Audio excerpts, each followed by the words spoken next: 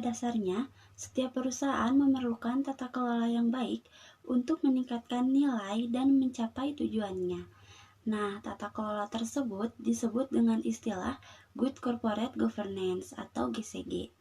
Jadi, GCG adalah prinsip tata kelola perusahaan yang dilakukan untuk menciptakan persaingan sehat dalam bisnis dan membangun lingkungan kerja yang kondusif.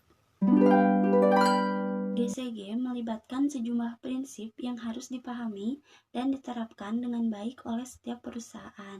Di antaranya yang pertama yaitu transparansi. Maksud dari prinsip GCG ini adalah perusahaan harus menyediakan informasi yang mudah diakses, relevan, dan dapat dipahami. Prinsip GCG selanjutnya adalah akuntabilitas. Dalam hal ini, suatu perusahaan harus mampu menerapkan rincian tugas serta tanggung jawab setiap karyawan secara jelas dan sesuai dengan visi misi perusahaan. Prinsip GCG yang lainnya yaitu responsibility, yang artinya tanggung jawab. Pada dasarnya, setiap perusahaan harus mematuhi aturan yang berlaku dan menjalankan tanggung jawabnya terhadap masyarakat serta lingkungan perusahaan. Independensi adalah prinsip GCG yang keempat.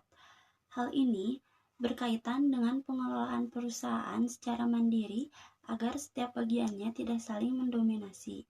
Terakhir, prinsip GCG adalah fairness atau yang artinya keadilan. Hal ini berhubungan dengan kepentingan pemegang saham.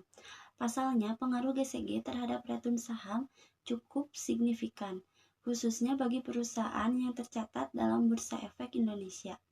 Contoh prinsip GCG keadilan yaitu memberikan kesempatan bagi para stakeholder untuk menyampaikan masukan serta pendapatnya demi kepentingan perusahaan.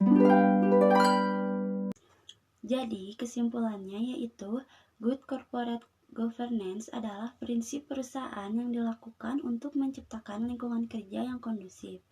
Pasalnya, melalui prinsip GCG ini, suatu perusahaan bisa memaksimalkan nilainya dan meningkatkan kepercayaannya pada stakeholder.